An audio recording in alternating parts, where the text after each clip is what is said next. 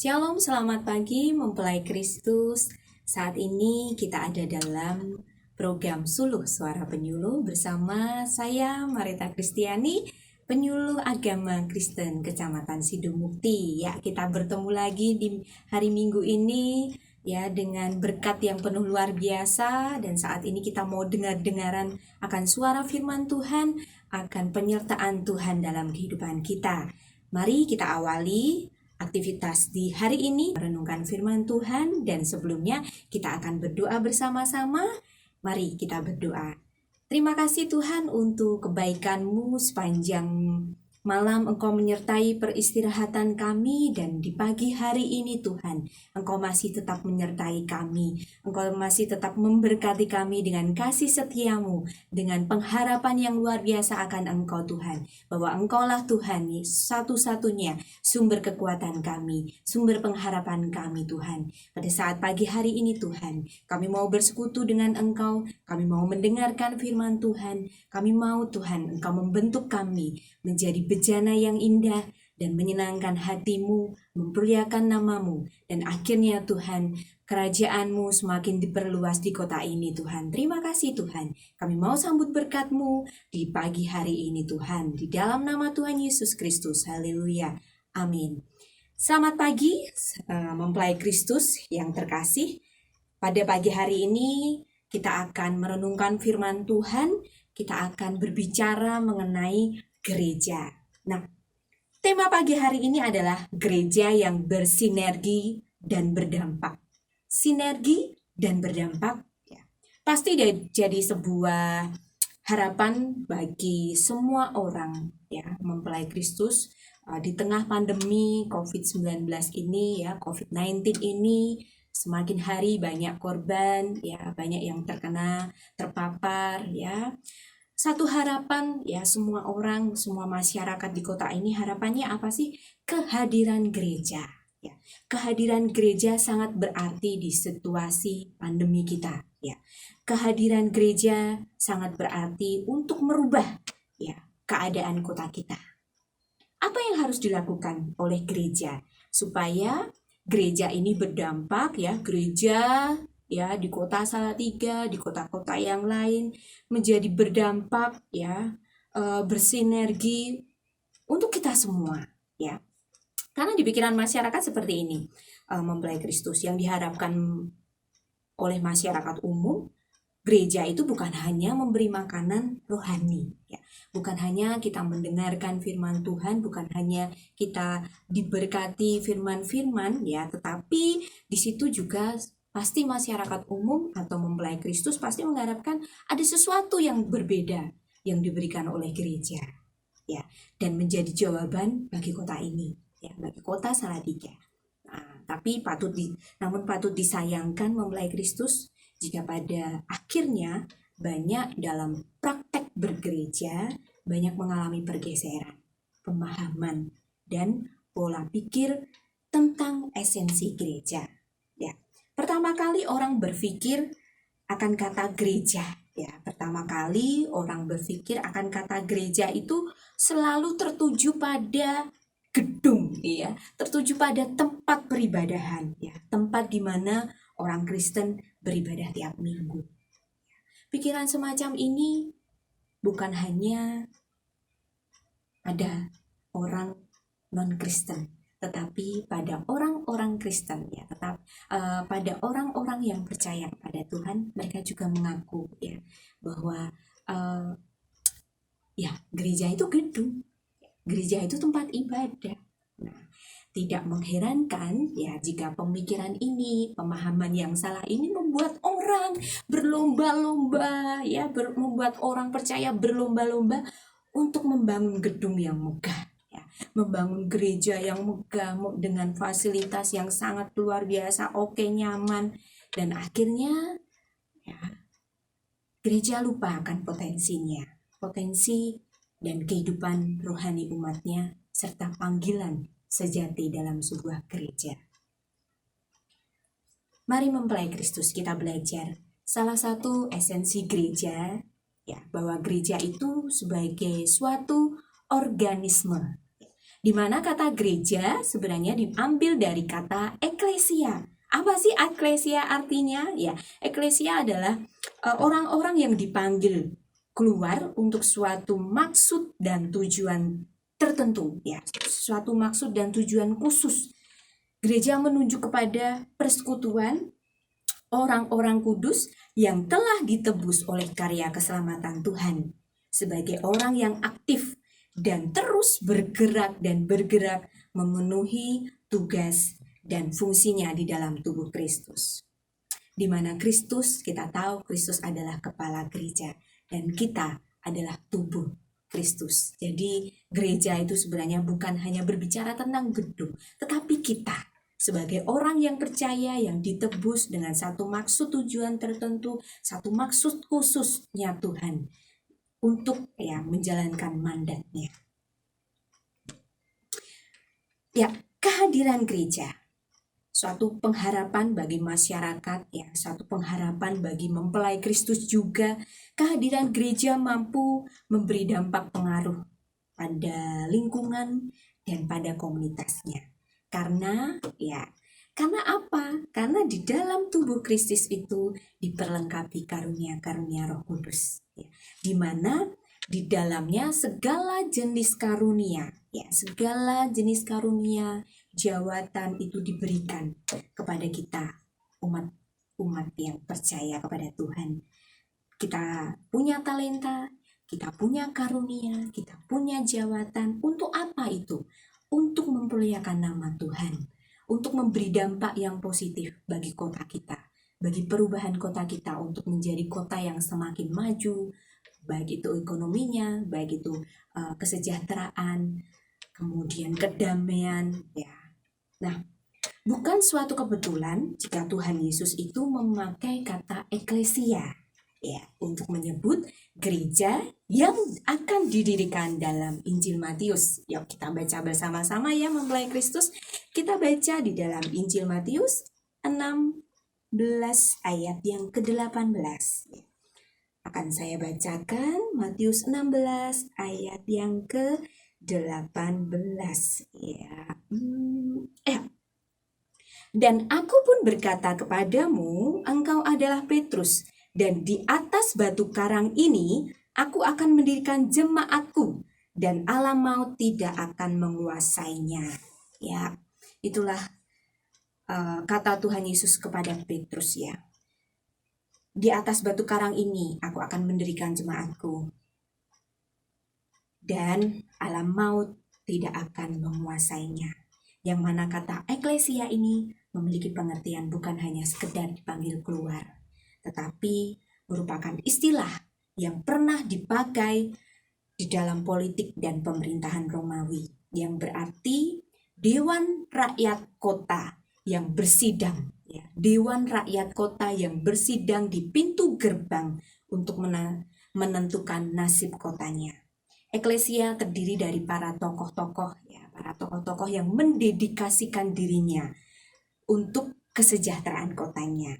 Sebagai sebuah lembaga, ya, sebagai sebuah lembaga gereja, ya, yang telah dipilih oleh Allah, gereja harus berperan serta secara aktif dalam menentukan nasib kota kita.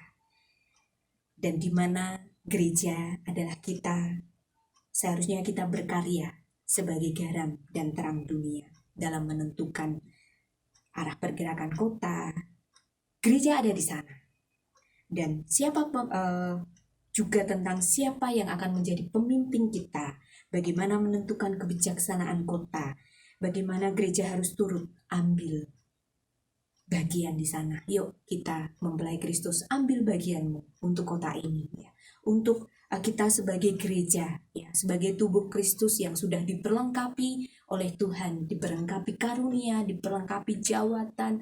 Yuk mari kita gunakan semaksimal mungkin untuk memperlihatkan nama Tuhan, memperluas kerajaan Tuhan, dan kota ini semakin menjadi kota yang hebat, ya, bukan hanya di mata kita, tetapi hebat di mata Indonesia, di mata Tuhan. Nah, seperti yang tertulis dalam kitab Yeremia 29 ayat 7. Pasti mempelai Kristus mungkin hafal ya, sudah pernah mendengar tentang Yeremia 29 ayat 7. Mari kita membaca ya di Yeremia 29 ayat 7 ya. 29 ayat 7. Iya. Nah, di situ perikopnya adalah surat kiriman kepada orang-orang buangan di Babel. Nah, di ayat 7 ini tertuliskan ya, usahakanlah kesejahteraan kota kemana kamu aku buang, dan berdoalah untuk kota itu kepada Tuhan. Ya, usahakanlah kesejahteraan kota kemana aku buang, dan berdoalah untuk kota itu kepada Tuhan, sebab kesejahteraannya adalah kesejahteraanmu. Ya. Dalam ayat ini, ya kalau kita baca, pahami benar-benar, dalam ayat ini ada dua kata kerja Bapak Ibu. Ya. Saudara yang terkasih, mempelai Kristus yang luar biasa di dalam Tuhan. Di sini ada dua kata kerja yang harus kita lakukan. Apa toh kata kerjanya? Yang pertama adalah usahakanlah ya. Ayo kita usahakan. Dan kemudian yang kedua, berdoalah. Ya. Usaha harus dilengkapi juga dengan berdoa. Berdoa pula harus dilengkapi juga dengan berusaha. Usaha dan berdoa tidak pernah bisa dilepaskan. Ya, tidak bisa berdiri sendiri, tetapi usaha dan berdoa menjadi satu kesatuan yang harus kita lakukan untuk kota ini, ya, untuk gereja menjadi bersinergi dan berdampak. Nah, mengapa Allah menyuruh kita untuk melakukan? Karena disitulah kesejahteraan kita itu bergantung dari kesejahteraan kota. Mari, ya, mempelai Kristus yang terkasih dalam Tuhan, mari kita berbondong-bondong bersama-sama untuk mensejahterakan kota. Mari kita menjadi gereja yang berdampak, gereja yang bersinergi, gereja yang mampu ya mengubah dan menggoncangkan dunia. Apa yang harus dilakukan? Ya, apa yang harus dilakukan oleh gereja, oleh kita sendiri untuk menggenapi ayat ini? Menjadi gereja yang bersinergi, menjadi gereja yang berdampak. Apa yang harus kita usahakan? Yang pertama, pasti Bapak Ibu, Saudara yang terkasih, mempelai Kristus yang luar biasa pasti pernah mendengar ya, tritugas gereja. Nah, apakah kita semua sebagai umat pilihan Tuhan, apakah kita sudah melakukan ketiganya? Ya. Yang pertama, mari kita belajar mendalami lagi ya. Yang pertama adalah caranya seperti apa untuk menjadi gereja yang berdampak, menjadi gereja yang bersinergi. Yang pertama adalah koinonia, ya, persekutuan. Mempelai Kristus, persekutuan di mana yang menjadi dasar dalam menjalani hubungan satu dengan yang lain adalah hubungan pribadi dengan Kristus. Saat kita bersekutu, ya, saat kita bersama-sama dengan orang lain, bersekutu, beribadah, ya, untuk kita mendasari antara hubungan kita dengan yang lain adalah hubungan kita dengan Tuhan. Ya. Seperti yang tertulis ya, kasihilah sesamamu manusia. Seperti ya, engkau mengasihi dirimu sendiri, dan ingat, pakailah juga kasih Allah untuk mendasari hubungan kita dengan orang-orang yang ada di dalam persekutuan. Maka pasti akan terjadi perdamaian, akan terjadi persekutuan yang luar biasa.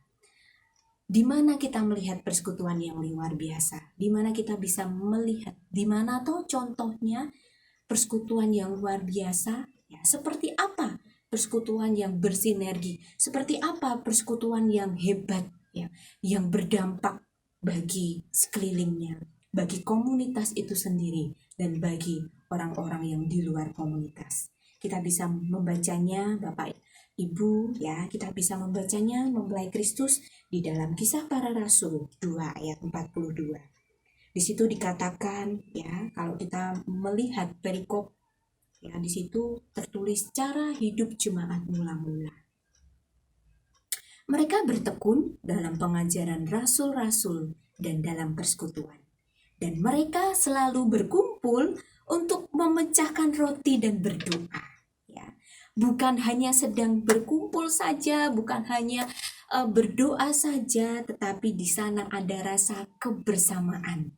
Di sana ada rasa saling berbagi tanpa ada paksaan. Yuk kita pahami tentang arti persekutuan ini. Yuk kita tengok kembali tentang perjalanan kehidupan jemaat mula-mula. Mereka luar biasa di dalam Tuhan. Karena apa? Karena mereka bersekutu tanpa ada sebuah paksaan. Karena mereka bersekutu oleh karena cinta kasih kepada Tuhan. Ya, bukan hanya sekedar berkumpul, tetapi di sana ada saling berbagi. Persekutuan yang saling melayani dengan memaksimalkan karunia. Bukan untuk saling iri. Kok dia bisa WL sih? Kok dia bisa berdoa bagus sekali, runtun sekali? Kok dia bisa apalagi ya? Mendoakan ya, bahkan yang didoakan sakit menjadi sembuh ya. Bahkan mujizat itu terjadi. Ya.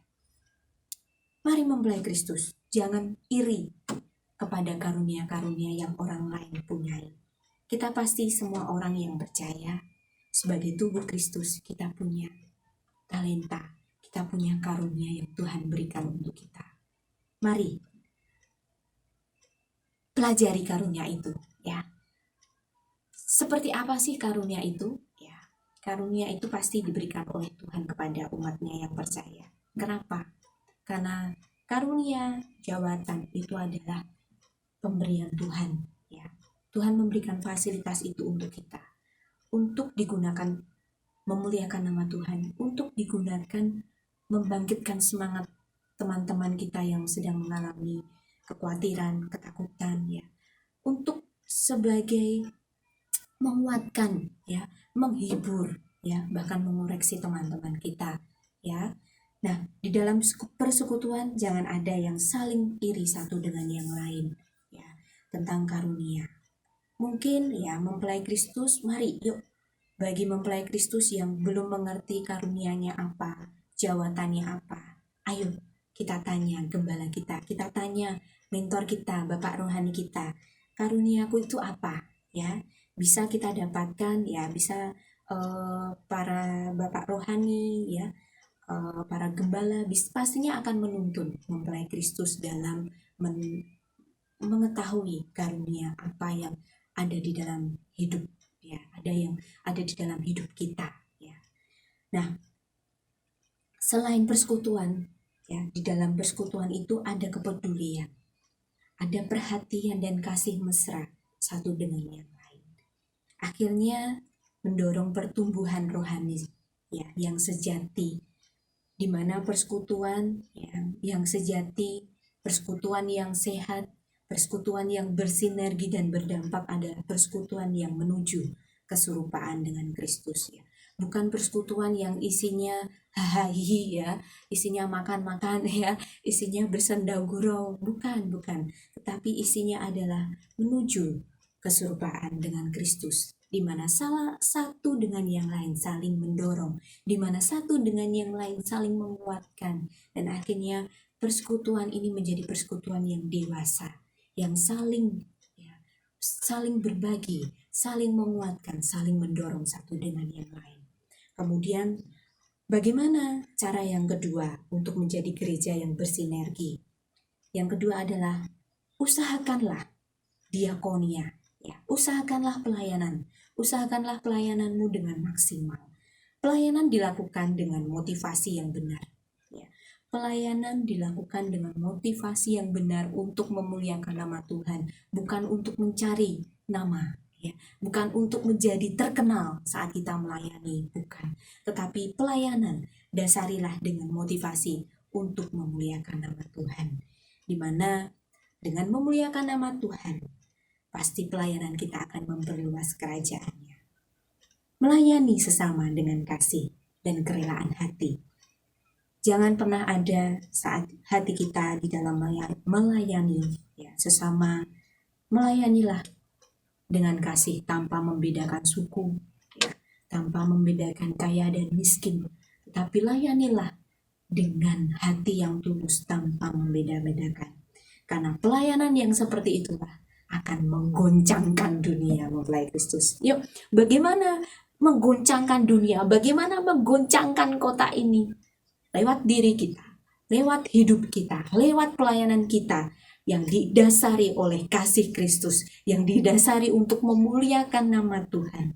Maka disitulah ya, namamu menggoncangkan dunia, ya, bahkan menggoncangkan setan. Wow, ternyata mempelai Kristus luar biasa, ya, sampai ya kuasa-kuasa iblis takut akan kita karena pelayanan kita, pelayanan yang menggoncangkan dunia, pelayanan yang didasarkan oleh kasih Kristus, bukan didasarkan untuk kita termasyur, bukan didasarkan untuk kita terkenal, tetapi untuk kemuliaan nama Tuhan.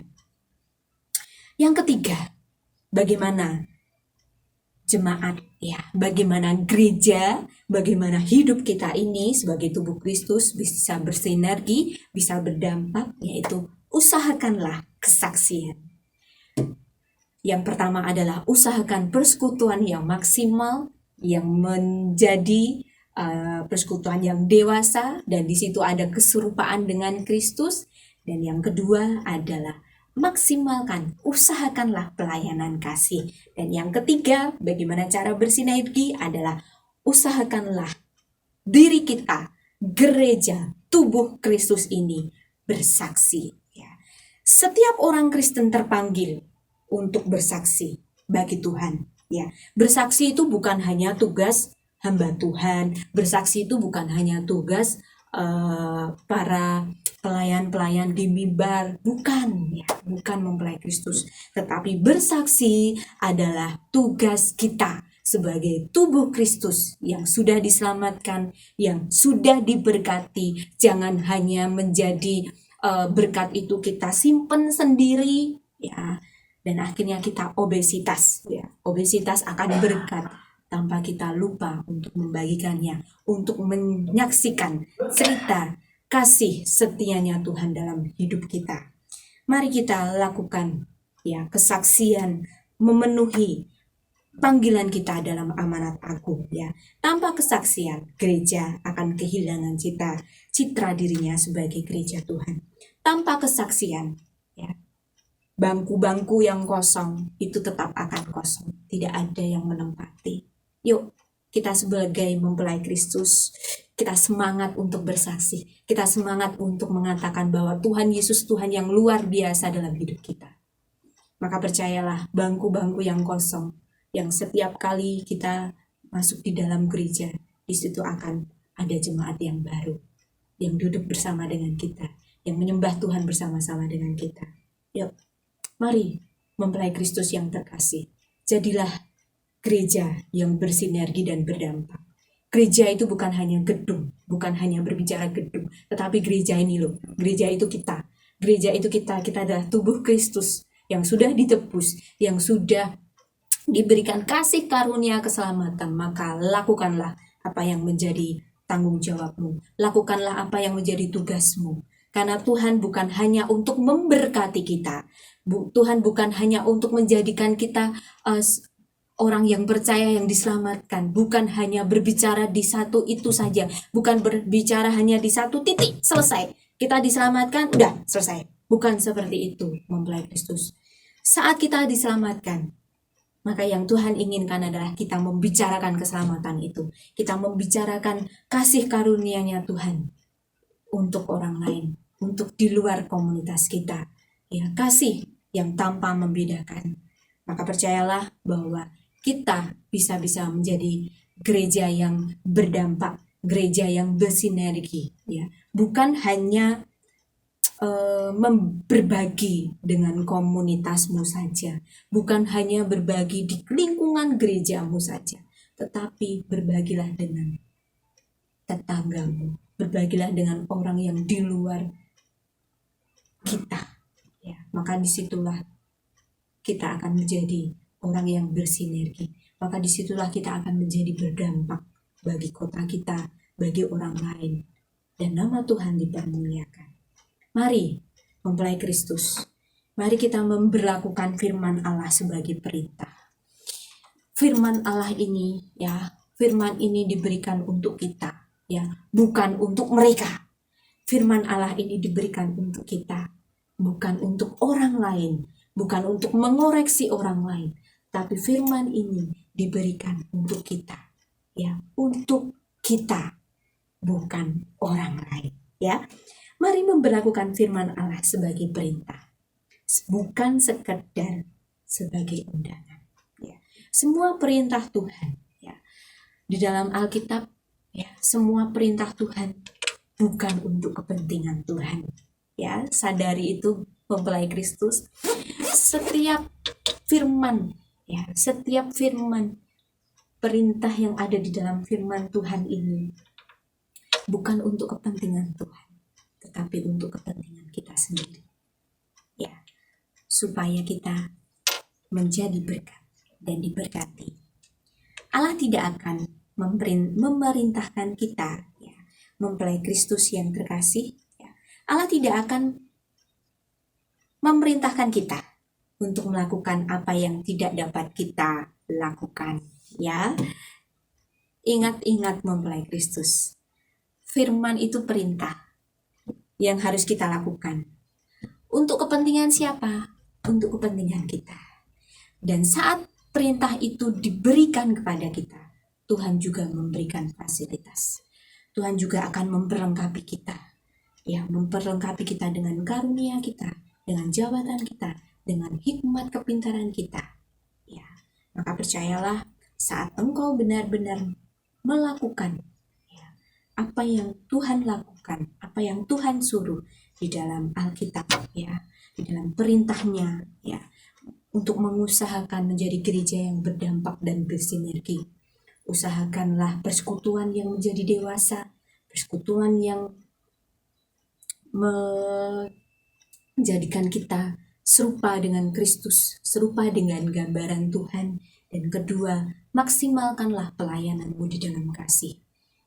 Mengatasnamakan pelayanan untuk kemuliaan Tuhan, bukan untuk mencari nama. Dan yang ketiga, mari kita membangkitkan keinginan kita, kerinduan kita untuk bersaksi. Maka percayalah bahwa saat kita melakukan 3 hal ini, maka kita sudah mensejahterakan kota kita. Kita mau berbagi, kita mau membangun, kita mau bersaksi, kita mau berdoa, dan kita mau melayani dengan kasih tanpa membedakan satu dengan yang lain.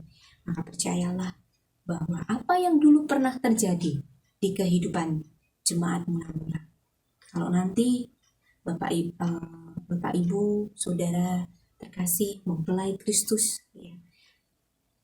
kalau nanti kita punya kesempatan, setelah mendengarkan firman Tuhan, coba untuk melihat di dalam Kisah Para Rasul 2, di situ ada perikop, cara jemaat mula-mula.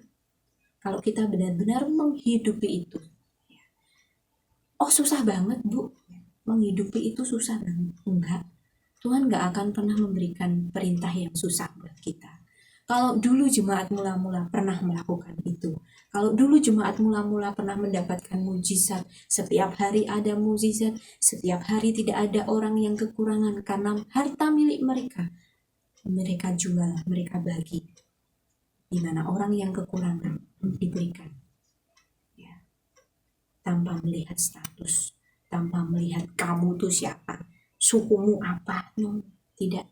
Mereka memberikan dengan tulus hati, dan akhirnya di dalam kehidupan jemaat mula-mula, di situ mereka disukai banyak orang, dan di situ mereka mengalami kasih Tuhan yang luar biasa.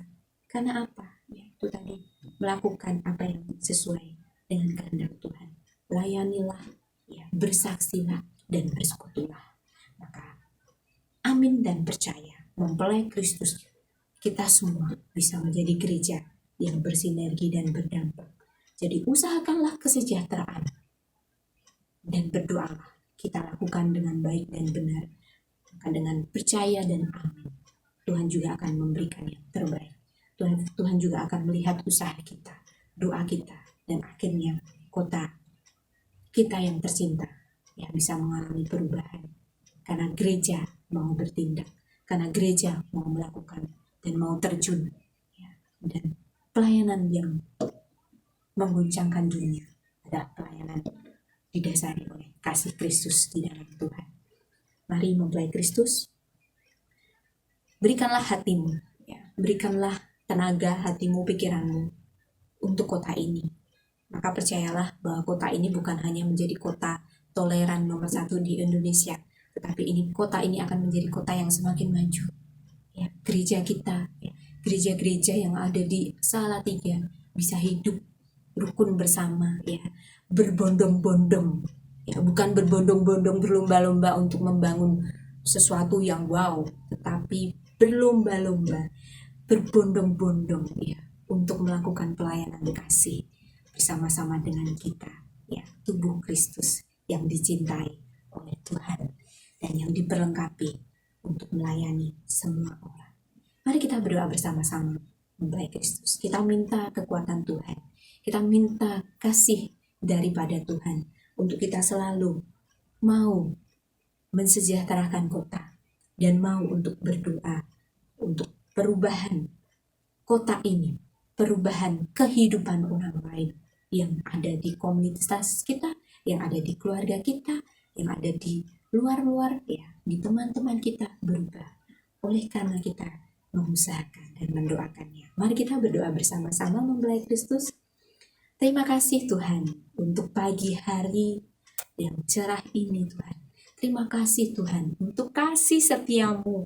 Engkau bukan hanya menyelamatkan kami, tetapi Engkau memperlengkapi kami untuk menjadi umat yang pilihan, umat yang militan Tuhan. Dan menjadi gereja yang bersinergi dan berdampak Tuhan. Tuhan kami mau Tuhan, untuk setiap kami mau merendahkan diri, mempelai Kristus mau merendahkan diri bersama-sama di pagi hari ini Tuhan. Untuk meminta marifat-Mu, berkat-Mu Tuhan. Menjadikan kami, menguatkan kami, untuk kami mau bersekutu serupa dengan Engkau. Mau untuk melayani dengan kasih, dengan memperlihatkan kasih itu, dengan motivasi kasih untuk kemuliaan Tuhan, bukan untuk kemuliaan kami.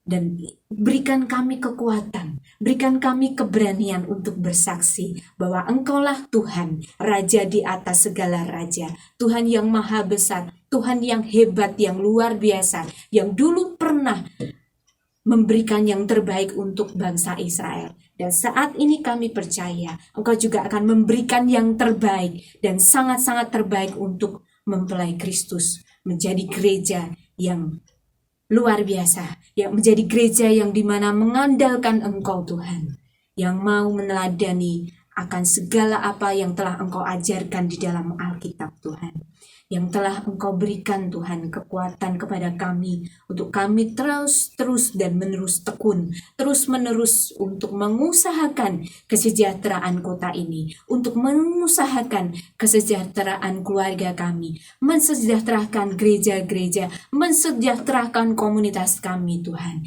Dan kami mau Tuhan memiliki hati yang mau terus menerus intim dengan Engkau, mau terus menerus berdoa agar supaya Tuhan kota ini semakin lebih baik, agar supaya keluarga kami semakin menjadi keluarga yang teladan, menjadi keluarga yang memberkati bagi orang lain, bagi di sekitar kami Tuhan. Terima kasih Tuhan, terima kasih Tuhan. Kami juga berdoa Tuhan untuk wali kota, untuk jajarannya masing-masing Tuhan, untuk di setiap kecamatan, setiap kelurahan, di setiap pemerintahan Tuhan. Tuhan kiranya Engkau berikan kasih yang melayani. Engkau berikan rasa takut akan Engkau Tuhan. Bukan karena takut akan hukuman, tetapi mau melakukan oleh karena Engkau mengasihi mereka Tuhan. Jadikanlah Tuhan pemerintahan kota Salatiga ini semakin maju, semakin berkenan di hadapan Engkau, dan semakin kesejahteraan setiap orang-orang yang tinggal di kota ini menjadi semakin sejahtera Tuhan, oleh karena pemimpin kami, oleh karena pemerintah-pemerintah kami takut akan Engkau Tuhan. Maka berkat pun turun atas kami. Dan kami juga berdoa Tuhan untuk setiap masing-masing komunitas di Kota Salatiga. Tuhan tuntun mereka Tuhan untuk menjadi komunitas yang luar biasa di dalam Engkau Tuhan. Komunitas yang mau tinggal di dalam Engkau dan berbuah bersama Engkau Tuhan. Dan Engkau juga Tuhan memberkati Radio Betani ini Tuhan semakin maju, semakin berkenan di hadapan Engkau. Dan di mana radio ini didengarkan Tuhan, maka ada keselamatan yang terjadi Tuhan. Kami percaya melalui radio ini Tuhan, keselamatan akan semakin diperluas. Terima kasih Tuhan, terima kasih. Engkau berkati juga untuk setiap pendengar mempelai Kristus. Jadikanlah kami menjadi orang-orang yang kuat di dalam Engkau. Orang-orang yang bersinergi, orang-orang yang berdampak Tuhan. Karena kami percaya saat kami mau mengatasnamakan Engkau dan kami mau berkomitmen untuk melayani dengan kasih, maka kami percaya Tuhan bahwa Tuhan akan memberkati orang-orang yang kami layani Tuhan. Terima kasih Tuhan, terima kasih. Kami juga berdoa Tuhan untuk bangsa Indonesia. Kiranya Tuhan pandemi ini segera berlalu Tuhan. Kiranya pandemi ini Tuhan, Engkau menguatkan setiap kami Tuhan. Engkau menguatkan setiap orang-orang yang terpapar. Engkau memberikan harapan yang baru. Dari sakit Tuhan akan sembuhkan. Dari sakit nama Tuhan akan dipermuliakan.